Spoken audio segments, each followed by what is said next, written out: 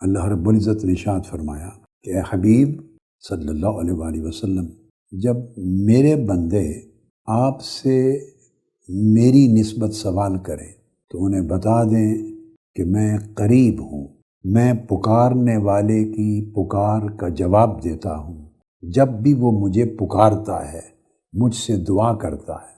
ہر دعا کرنے والے کی دعا کا جواب دیتا ہوں جب وہ مجھ سے دعا کرتا ہے۔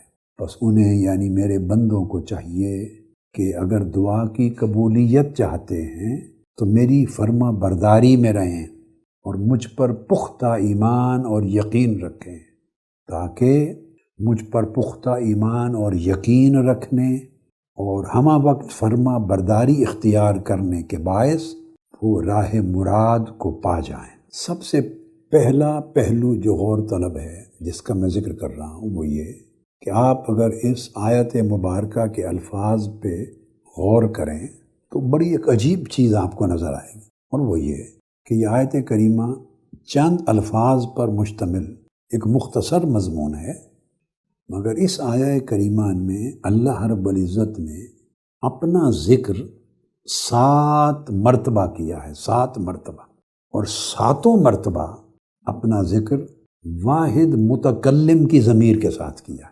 جو صیغہ استعمال ہوا ہے اس میں ضمیر واحد متکلم کی ہے۔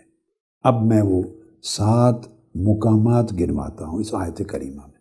پہلے فرمایا وَإِذَا سَأَلَكَ عِبَادِي، عبادی میرے بندے۔ سب سے پہلی بات تو یہ ہے کہ انہیں اذا سألک الناس نہیں فرمایا کہ جب لوگ میری نسبت سوال کریں، چونکہ جب الناس کہا جائے لوگ سوال کریں تو یہ جو عنوان ہے کسی کو کہنا کہ لوگ سوال کریں، اس عنوان کے معنی میں تھوڑا سا بعد ہے، فاصلہ ہے، اتنی قربت اور شناسائی نہیں ہے یہ کہنے میں کہ جب لوگ سوال کریں، تو اس لفظ کو استعمال نہیں کیا۔ یہ میں دعا کے راز تک پہنچانا چاہتا ہوں، دعائیں کیسے قبول ہوتی ہیں اور کیوں قبول نہیں ہوتی، یعنی دعا کیا ہے اور دعا میں رد و قبول کا راز کیا ہے، اللہ رب العزت متوجہ فرما رہے ہیں۔ تو اس طرح کر کے نہیں کہا کہ جب لوگ سوال کریں، نہیں، جس لفظ میں دوری کا ایک مفہوم پیدا ہوتا تھا وہ لفظ نہیں استعمال کیا۔ عباد کی طرف آ گئے، بندے، لوگ کہنا اور بندے کہنا اس میں ایک فرق ہے۔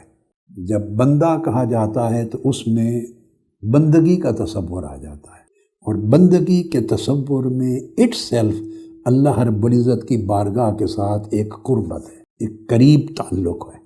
اچھا، پھر العباد نہیں کہا، اذا سألک العباد یوں بھی نہیں کہا کہ جب بندے میری نسبت سوال کریں، نہیں، پھر یا متکلم، تکلم کی یا لگا کر نسبت کی فرمایا جب میرے بندے آپ سے میری نسبت سوال کریں۔ تو پہلی جگہ جہاں پر اللہ رب العزت نے اپنا ذکر فرمایا تو واحد متکلم کی ضمیر کے ساتھ کہ جب میرے بندے سوال کریں آپ سے، یہ ایک جگہ ہے۔ اس کے بعد اس کے اگلے لفظ پہ غور کریں، فرمایا سألک عبادی انی، میری نسبت سوال کریں۔ قرآن مجید کا جب آپ مطالعہ کریں، ایک ہی آیت کریمہ میں کبھی اللہ رب العزت اپنا ذکر فرماتے ہوئے میرا کا ذکر فرماتے ہیں، میں اس طرح عطا کرتا ہوں، میرے قریب آؤ، میری بات سنو، میرا حکم یہ ہے۔ کبھی اسی آیت میں جمع کا صیغہ استعمال فرماتے ہیں، ہم نے یہ کہا، ہماری طرف پلٹ کے آنا ہے، ہماری بات سنو، تو کبھی یا سے کبھی نا کہہ کر، تو صیغہ جمع کے ساتھ۔ یہاں پر اللہ رب العزت نے ایک ہی آیت میں ایک ہی جگہ نہ صیغہ غائب استعمال کیا ہے، ضمیر غائب کی، نہ جمع کی، 7 مرتبہ ذکر کیا اپنا، 7 مرتبہ صیغہ متکلم میں اور صیغہ واحد میں۔ فرمایا جب آپ سے میرے بندے سوال کریں، دوسری جگہ فرمایا انی، میری نسبت سوال کریں، تو آگے تیسرا لفظ فرمایا فإنی، سو انہیں بتا دیں میں قریب ہوں۔ انی، نحن نہیں کہا، ایک اور مقام پر ہے نحن اقرب الیہ من حبل الورید، ہم قریب ہیں مگر نہیں. اس مقام پر فرمایا فإنی قریب، یقیناً میں قریب ہوں. 3 جگہیں آ گئی نا جہاں واحد متکلم کی ضمیر ہے. اب چوتھی جگہ فإنی قریب ان کے بعد فرمایا اجیب، میں اپنے بندے کی پکار کا میں جواب دیتا ہوں. انی قریب اجیب دعوت الداعی، دعا کرنے والا جب دعا کرتا ہے تو میں جواب دیتا ہوں. آگے فرمایا اذا دعانی، جب وہ مجھ سے دعا کرتا ہے. دعانی تو جب دعا کرنے والا مجھ سے دعا کرتا ہے تو 5ویں جگہ آ گئی جہاں واحد متکلم کی ضمیر کے ذریعے اپنا ذکر کیا ہے. پھر اس کے بعد 6ٹھی جگہ فرمایا فَلْيَسْتَجِيبُوا لِي، مجھ سے دعا کرنے والوں تمہیں چاہیے کہ اب میری فرما برداری اختیار کرو، میری فرما برداری.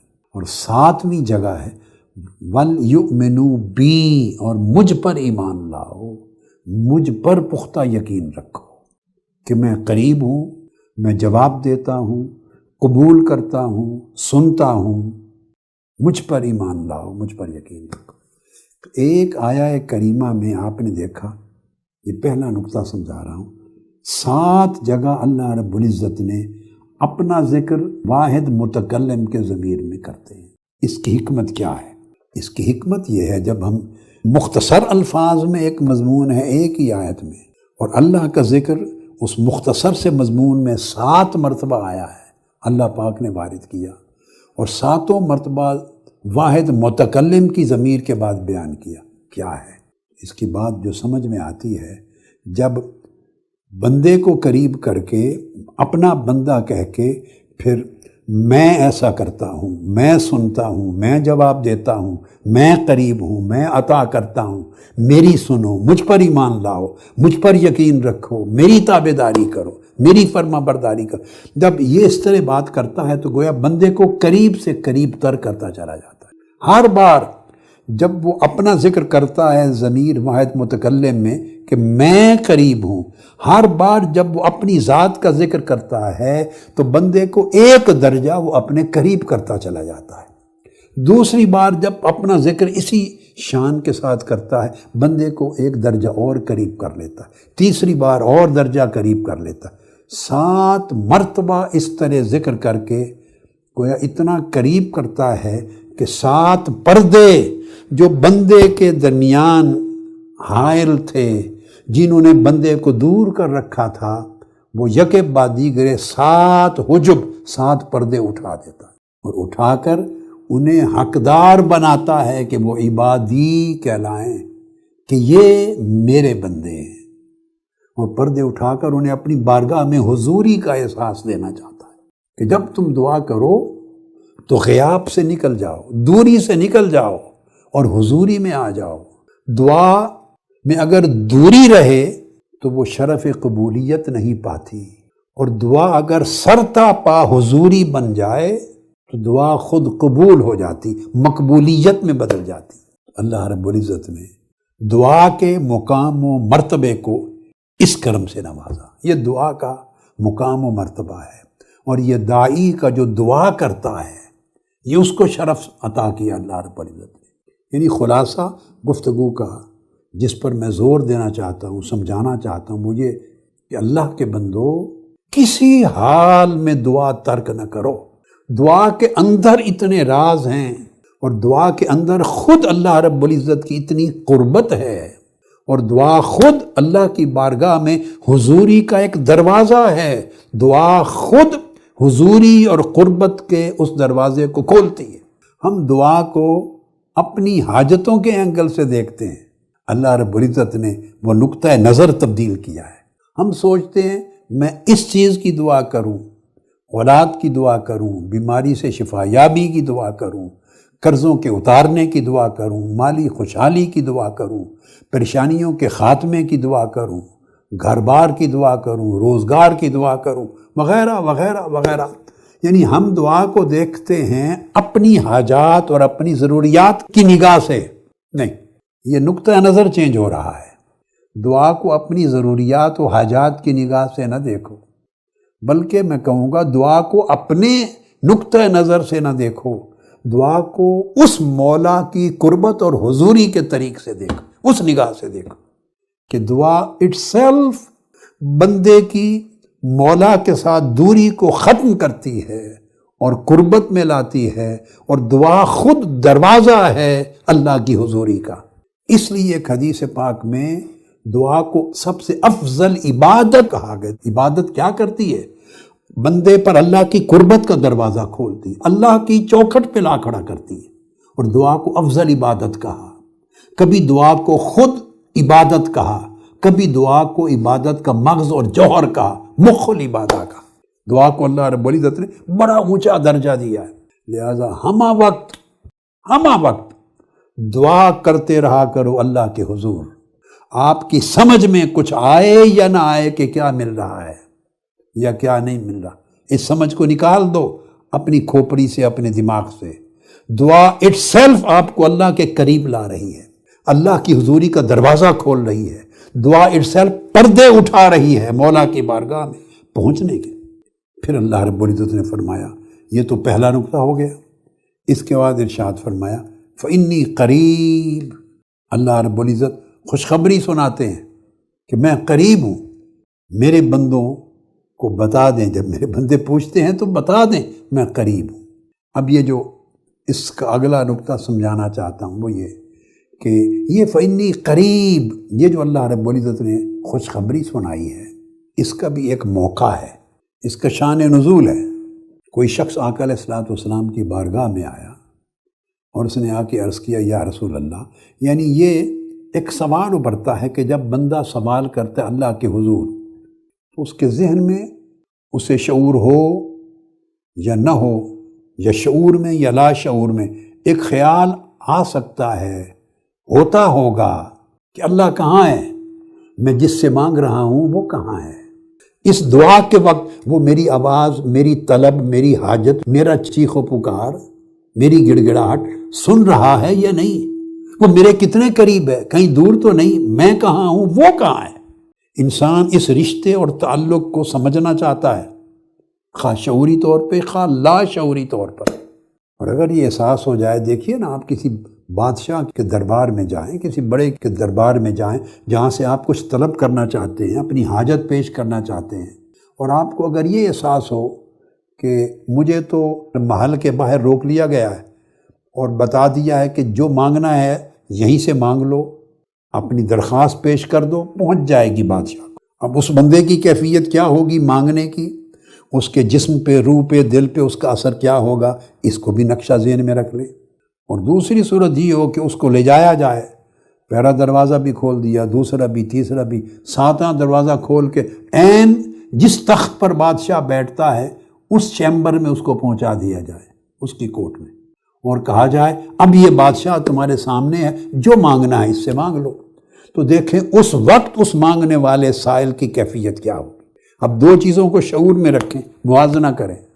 دور سے مانگنا کہ جب دینے والا نظر نہیں آ رہا اور اس کو پتہ اتنے فاصلے پر ہے تو کس کیفیت سے مانگتا ہے، اور جب سارے حجاب اٹھا دیے جاتے ہیں، دروازے کھول دیے جاتے ہیں اور بادشاہ کے سامنے کھڑا کیا جاتا ہے اور کہا جاتا ہے اب مانگ لو، تو بلا تشبیہ و بلا مثال اس کیفیت سے اس کیفیت کو سمجھنا چاہیں کہ جس کیفیت کی کوئی تشبیہ اور مثال نہیں ہے، اس کو سمجھیں کہ اللہ رب العزت سارے دروازے کھول کے اس کو اپنے قریب لاتا ہے۔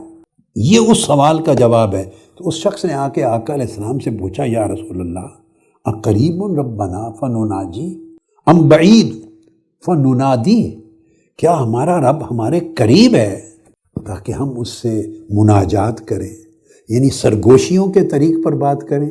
کیا ہمارا رب ہمارے اتنا قریب ہے کہ مناجات کریں؟ مناجات جیسے سرگوشی ہوتی ہے، سرگوشی، ہم اس سے اس طرح بات کریں جیسے قریب بیٹھے ہوئے کے ساتھ سرگوشی کی جاتی ہے، یا وہ ہم سے دور ہے کہ ہم اس کو ندا دیں، آواز دیں؟ آواز دینا اور سرگوشی کرنا دونوں میں بڑا فرق ہے۔ سرگوشی میں قربت ہے اور ندا میں بعد ہے، فاصلہ ہے۔